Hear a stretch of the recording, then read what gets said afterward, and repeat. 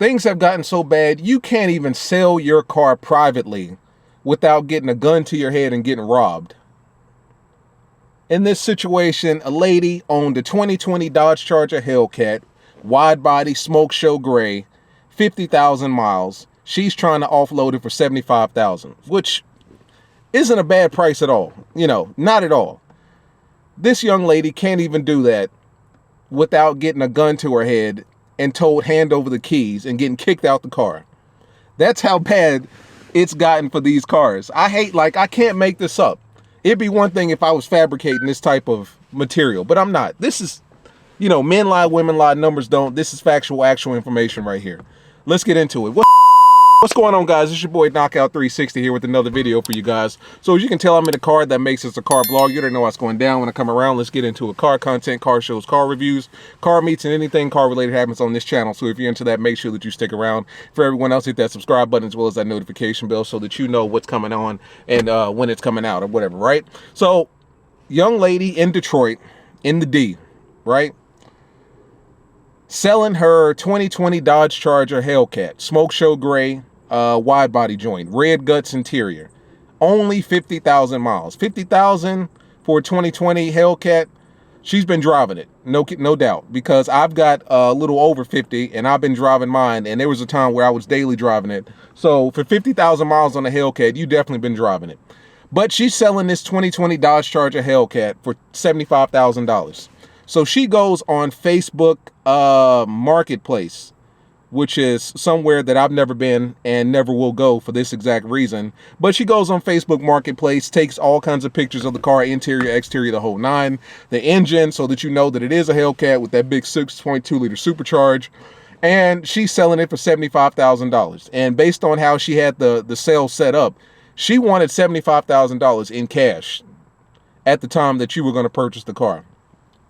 So in other words, you would basically show up, test drive the car, and hand over $75,000 in cash, and then the car was yours. I personally have never been a part of a sale with that amount of money. I've sold things in the past. I've sold, you know, guns. I've sold parts of my car. I sold something on my V6 back in the day. But I always did it in a public fashion, and I always had somebody with me. You know, even though I'm a man, I always had somebody with me just to cover me, just in case. You know what I'm saying? Just in case things get froggy and I don't know who I'm dealing with, but I always had somebody with me. But in this particular case, she invited the dude to her house. Matter of fact, let's just watch. So she's selling the car. She gets seller's, I guess, seller's remorse. I guess that's what they call it, where she was just basically focused on the money and the fact that she now has somebody that can come and buy this car.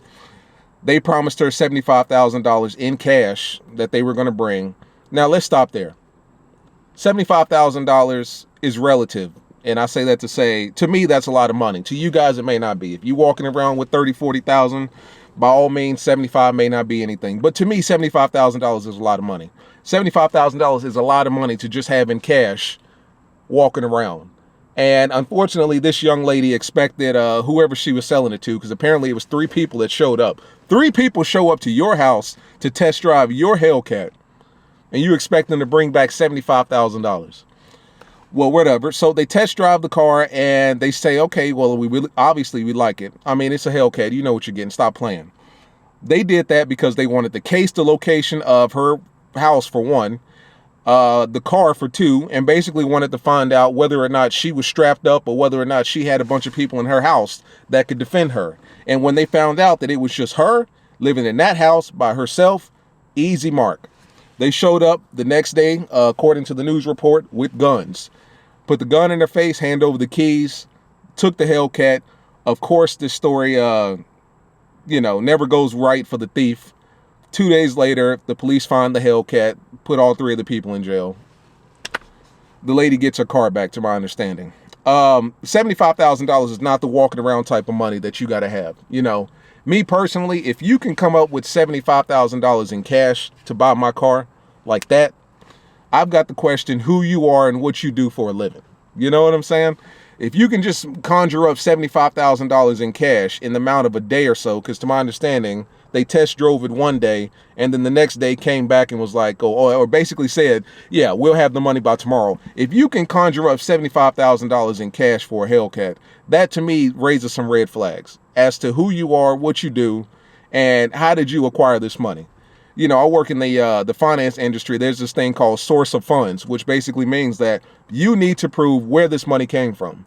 Like whenever, I know with my institution, whenever somebody wants to wire out a large amount of money, or not even wire out, but wire into one of the brokerage accounts or retirement accounts that we offer a large amount of money, before that money is deposited into the account, we need a source of funds or verification of deposit, VOD, that's what they call it, verification of deposit, which basically means we need you to fill out a form explaining what you do for a living, what you earn for a living as far as your pay and salary is concerned, and where is this money coming from?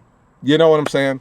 We need to find that out, because you can't be moving $75,000 from an offshore bank account that you happen to be a drug dealer in Panama or something like that. We can't roll like that. And in this situation, this lady obviously was probably so gung-ho to sell this car, and the fact that somebody test drove and was like, yeah, we'll bring you 75,000 large tomorrow for this car, everything else went to the wind. But getting to the point of the story, guys, once again, somehow or another, a Dodge is in the middle of somebody getting a gun pulled on them. You can't even sell your car in peace without somebody trying to rob you for your damn Dodge Charger Hellcat. In a situation like this, kind of like the lieutenant said, they should have done this at a police station. They should have done this in sort of some sort of manner in which, you know, somebody could be there and keep an eye on the sale, right? The fact that she did this by herself in Detroit with a Hellcat, there's so many red flags. I mean, as soon as I saw Detroit, that was a big red flag. No disrespect to you guys up in the D. No disrespect. But as soon as I saw Detroit, I was already like, no. You know what I'm saying? It'd be one thing if I heard South Carolina or North Carolina or Vermont, Massachusetts, Montana. But as soon as I heard Detroit, Michigan, I was already like, okay, well, this is par for the course. And the fact that she's alone, and the fact that they came back the second day with the gun, that lets you know that first day, all they were doing was casing the scene. They wanted to know how many people you got living with you. What likelihood are you to fire off an AR-15 or a Glock 19 or something like that? And they want to know the location of the car. And it was an easy deal from there. You let these people test drive the car while you're sitting in the passenger seat. It's a Hellcat. You know what you're getting. You don't need to test drive it, right? You don't need to test drive it. And 50,000 miles, probably, it really isn't, it's not really a lot of miles. I mean, for a Hellcat, you may look at that like Hellcat miles, that's a lot, but it's not a lot. Like after 50,000, you still got your base warranty. A warranty is up at 60,000. So you still got your factory warranty at 50,000 miles. So let's not act like that's a lot of miles. And I say that to say, you shouldn't even have to test drive it. You know what this car can do. You know what I'm saying? But this was an easy lick for these guys. Unfortunately, they only had 2 days worth of fun with the car before the car was found. And of course, all three of the people went to jail. I think it was 2 guys and 1 lady. No, absolutely not. If I'm selling my car, I'm going to have my homeboy with me. You know, it's going to be a situation where I have somebody with me to watch over me, or I'm going to get the police involved somehow or another, or some sort of official agency to govern the sale so that, for one, I'm protected, and 2, everything goes smoothly as far as the transfer of money and the transfer of the car is concerned. We're not just going to do this on a Saturday night in the back alley. No way, no how. You know what I'm saying? It has to be done correctly, just because of the climate that we live in. I don't know what this young lady was thinking as far as trying to sell this car and thinking that she was going to get away scot-free, that somebody was just going to mysteriously pop up with $75,000 in cash, and here you go, like in a duffel bag, like like you see the movies and stuff like that. $75,000, here you go, we appreciate it. And then you pull out the money machine and you're counting it, and then the car goes away. It doesn't work that way, not in real life, especially not in Detroit, Michigan. I love Detroit. Shout out to my man Dev, man. My man Dev, man. He's huge on the gram. You got to check him out, man. But he's from Detroit, and he tells me every single day what goes on in the D. You know what I'm saying? Like, it's wild up there. It's just as bad as anywhere that you probably live watching this video. But with that being said, guys, I mean, like the the correspondent said in the beginning of the video, you got to be careful. Facebook Marketplace is not the place to be selling a Hellcat, if you ask me. You know, if you're going to sell your car through a platform like that of some sort, obviously I would recommend making sure that, you know, your safety is of utmost concern and first and foremost. You know what I'm saying? Don't even worry about the sale. Don't even worry about moving the car. Just make sure that you're able to come back in one piece after the car is gone.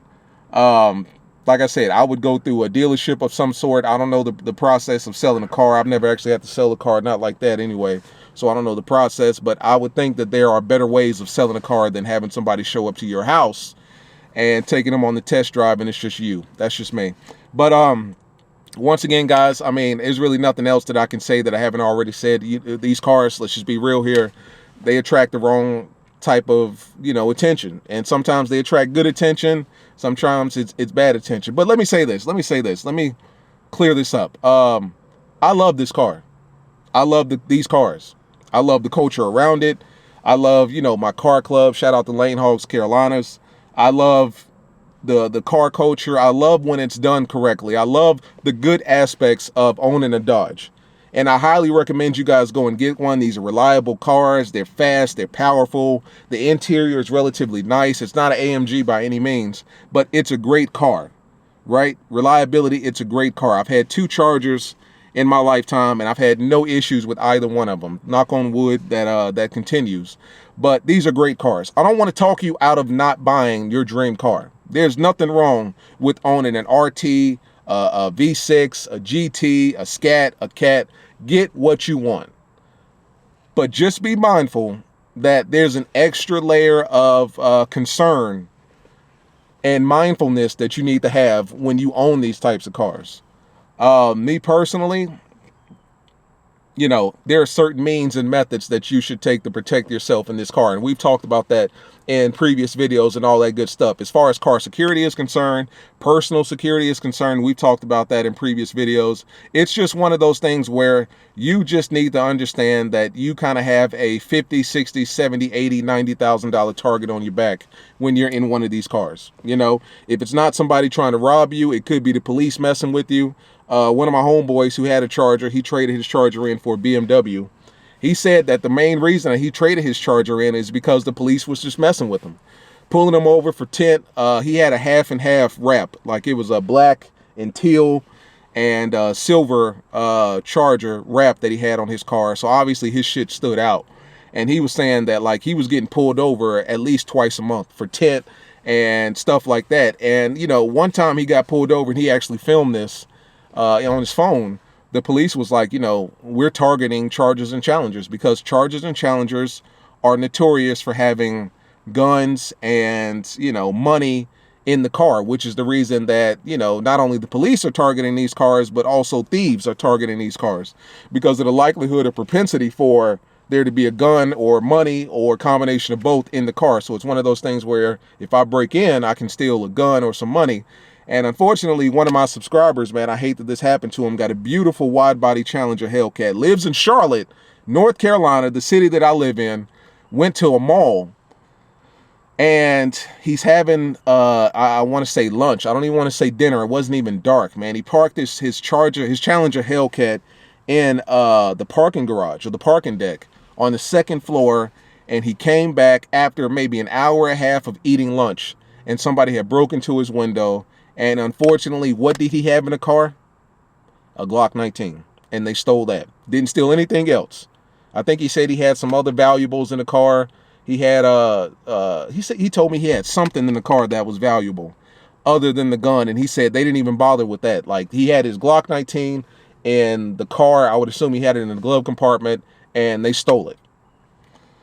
So, you know, that's kind of the messed up part about it. And let me ask you guys something. Talk to me about this. This is something that I've been thinking. One of my homeboys, once again, sadly, another one of my guys got his Charger broken into. He drives a 6.1, old school SRT8 Charger. I think it was like a 09, 2010 body or something like that. He had his gun in this glove compartment. He was at he was out somewhere. It wasn't at his house. He was out and about somewhere in the wrong neighborhood at the wrong time of night in the wrong car. And they broke into his car, and he had a gun in the glove compartment. And he had his glove compartment locked. And so what they did was they essentially just broke the glove compartment. Like they just broke the whole, lock-in mechanism and broke in, and all they took was obviously his gun. He had his personal information in there. You know what we keep in our glove compartment. I would imagine insurance information, car information, all that stuff. But they broke in and just stole his Glock. So that and now on top of that, he's got a broken window. He's got a broken window, and he's got a broken glove compartment. Now, the broken window is pretty straightforward. You can take that to, whatever window shop you can think of, and they'll fix that with the quickness. I mean, that's just something that they do.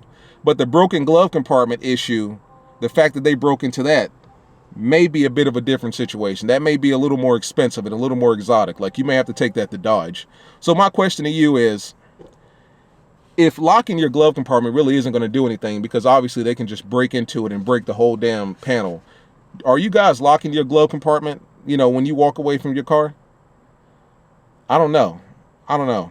That's an interesting topic. And the reason I say that is because, like, if they're going to break in anyway, leave the glove compartment open and just take whatever valuables you have out of the glove compartment and just leave a bunch of BS in there so that when they open it, there's nothing in there to take anyway, and all you get away with is a broken window, which is relatively easy to fix. I mean, your insurance should actually take care of that, if I'm not mistaken. But if you lock your glove compartment, then they're going to think that something valuable is in there, and they're going to break that damn glove compartment wide open. And now you've got a broken window and a broken glove compartment to pay for. I don't know. Talk to me. Because in his situation, he had his gun, I believe, in his glove compartment, and I believe he had it locked. If I'm not mistaken, it could have been, I don't think he had it locked. He had it wide open, unfortunately. And as a result, they just took the Glock, took the Glock. They didn't break the glove compartment, but they broke the window. So it's one of those things like, I remember seeing this dude on Instagram. He's a funny dude. Oh my God, I can't think of his name, but he owns a gray Scat, and he lives in Atlanta.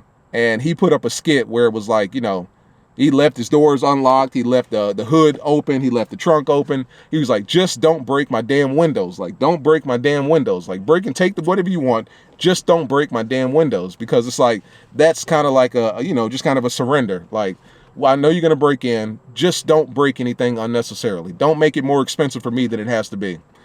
So that's a good question there. Are you guys locking your glove compartment? Because if they really want what's in there, they can just break the glove compartment, and now you're paying for a glove compartment and a window or whatever the case may be. But that's it, guys. Just be careful. I've already told you guys this. I don't have to tell you again. You know it like I know it, but this story was interesting because apparently you can't even sell your car in peace without somebody trying to break into it, man. That's where we're at right now. But as always, guys, like, subscribe, comment. It's been your boy Knockout 360. Be safe out there. Enjoy your Hemi. Enjoy your Mopar. But just be safe out there. That's all I'm saying. As always, it's been your boy. I'll see you in the next one. Peace.